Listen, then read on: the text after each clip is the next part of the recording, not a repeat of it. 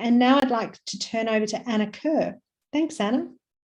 I've been asked to speak about feminism today, and I'm going to be talking about how I think they're under siege. But there's signs that you've probably all seen before, same shit, different century. I think that's pretty relevant, really. That's really what's going on. And I mean, I don't think feminism is under siege for the first time, but certainly it does feel like we're under siege at the moment. I think what's happening is we're going through a period of ferocious pushback.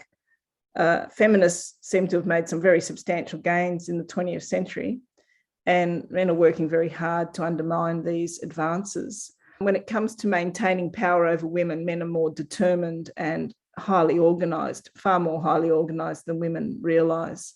And I think women's tendency to underestimate men in this regard is a bit dangerous, both on a micro level, as I see in my domestic violence work, but also on a macro level, which is what I'd like to focus on today.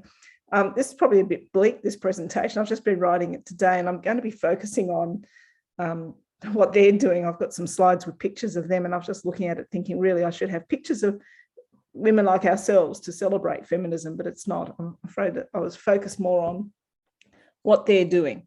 So there's no doubt that the 1970s were a heyday for feminists, with women making strides toward attaining sexual and reproductive autonomy, equal pay, and better conditions in the workforce, and establishing women's refuges and laws to tackle domestic violence.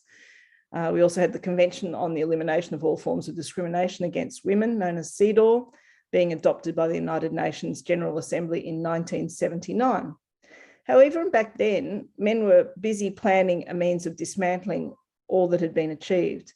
And one of their most heinous plans, to my mind, was to achieve this by taking control of the feminist narrative and turning it on its head by undermining the very definition of woman.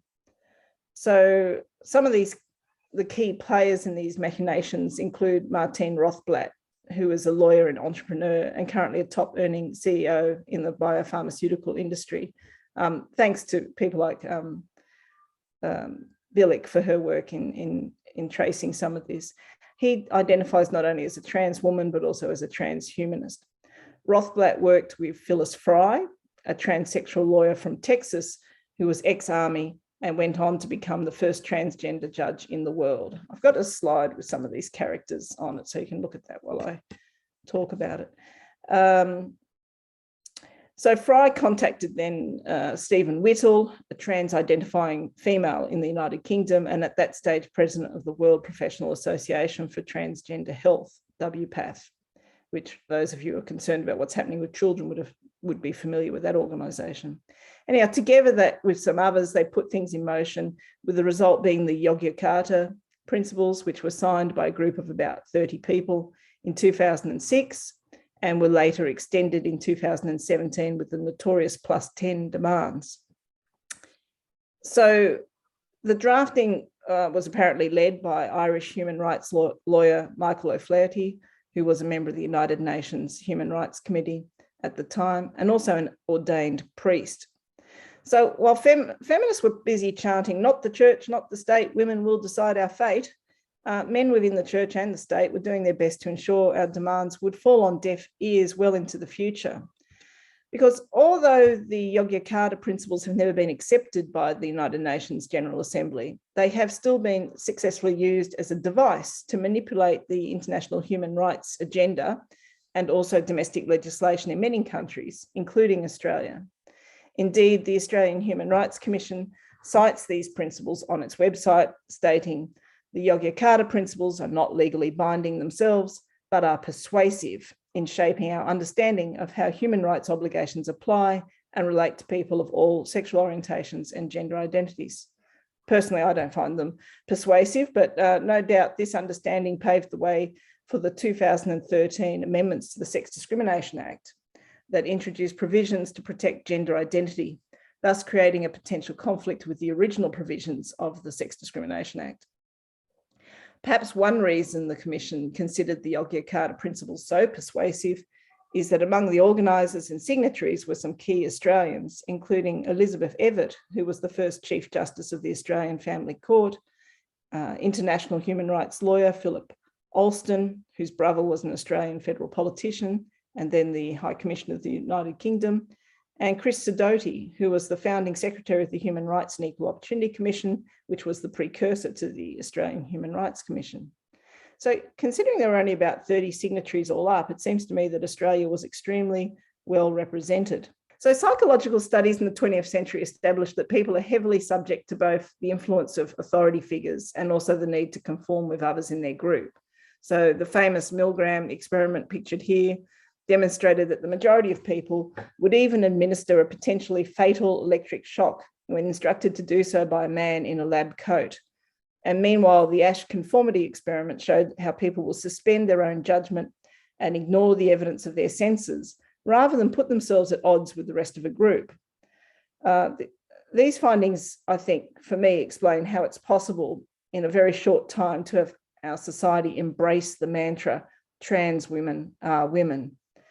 The combination of authority and also not wanting to, speak out and differentiate yourself from the rest of the group.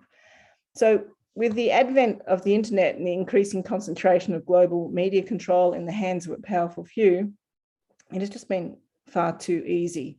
Astroturfing has been used extensively to make it appear as if this well-orchestrated control of the mainstream narrative is simply the result of a grassroots movement.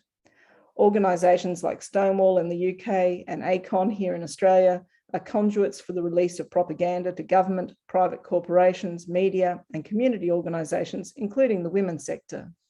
So all of this lays the groundwork for legislative changes, including laws that enable the change of sex on birth certificates, the introduction of discrimination provisions that protect gender identity, and most recently, laws that ban health professionals and others from discouraging the use of hormones and surgeries on youth and vulnerable people who want to change sex or have been led to believe that they can through medical interventions.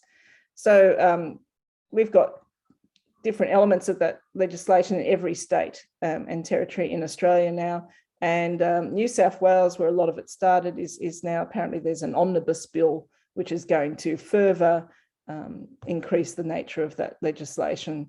So, for instance, in New South Wales, we're one of the remaining states where sexual affirmation surgery is still required to change your birth certificate, but there's a bill already in the pipeline which will probably wind that back and make it like the other states where self-declaration is enough to change your birth certificate.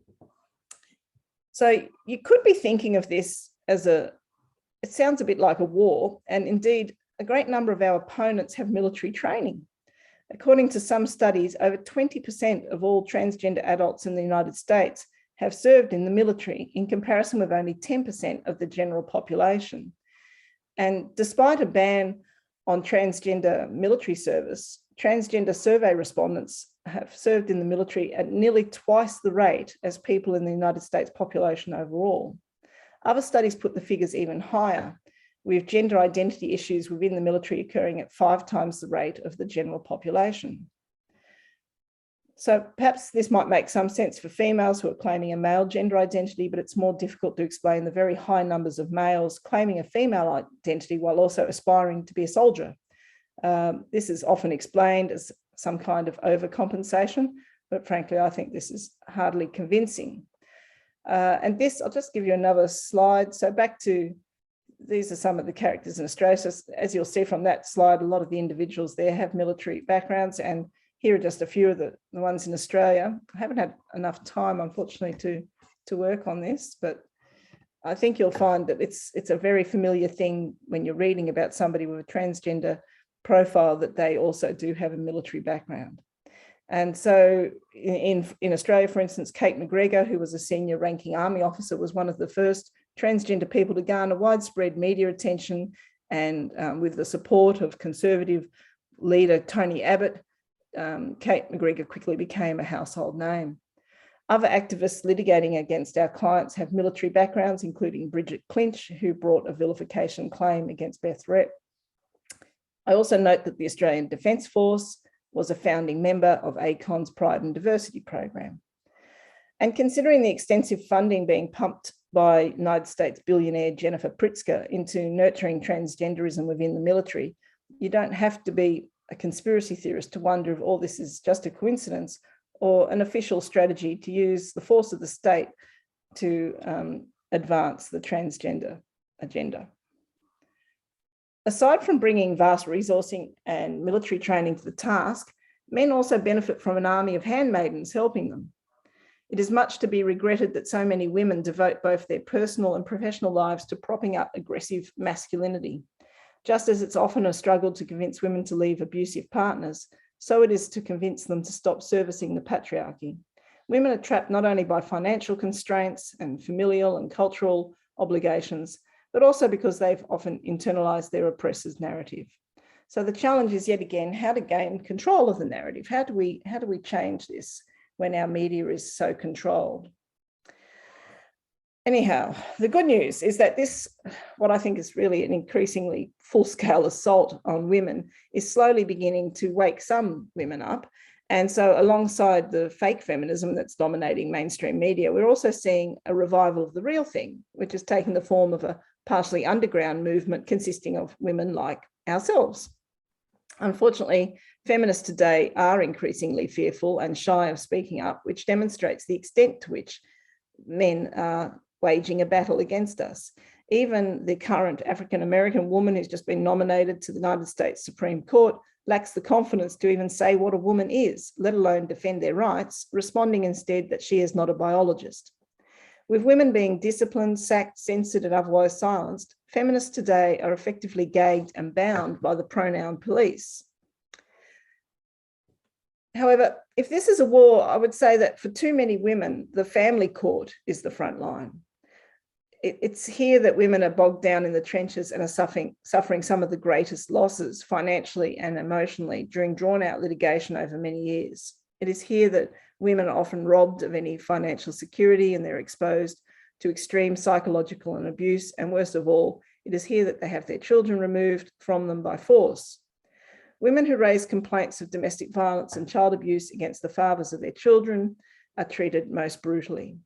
Once accused of engaging in parental alienation, they're likely to have their children placed for increased time with the perpetrator of violence. Recent research conducted by Nola Webb and a team of others was released last year and demonstrated that women who make allegations against men in respect to child abuse are believed only 17% of the time, and in most other cases are heavily penalised for sharing their concerns with the court. It concerns me often that the transgender debate distracts us from the work that we need to do to support the women in the family court jurisdiction. It's also in the family court that we see the Hague Convention on Child Abduction used to prevent women and children from escaping violent perpetrators. And meanwhile, in our local court system, the protection promised by our domestic violence laws continues to be evasive as women struggle to be taken seriously by the police and magistrates and are increasingly having to instead defend themselves from proceedings being brought at the behest of a violent man. Sadly, legislation that was introduced with the intention of protecting women and children is increasingly weaponized against them, and we are seeing a steep rise in the number of women being incarcerated, particularly within the Indigenous community. Of course, the combination of these different factors, I mean, we've now got the spectre of more men being accommodated in women's jails. We are also losing a lot of our services and safe spaces, such as women's refuges, are all under threat as a result of the of gender ideology. I should also mention that it's the family court that rubber stamps surrogacy arrangements made overseas and which fails generally to recognise the importance of the unique nature of the attachment between a mother and child.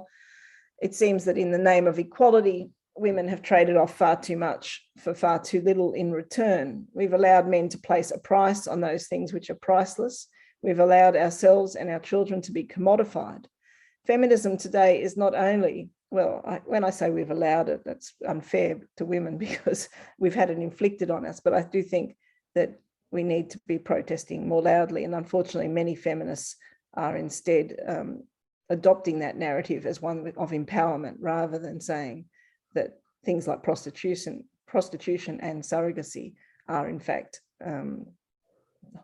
exploitative and harmful to women and children.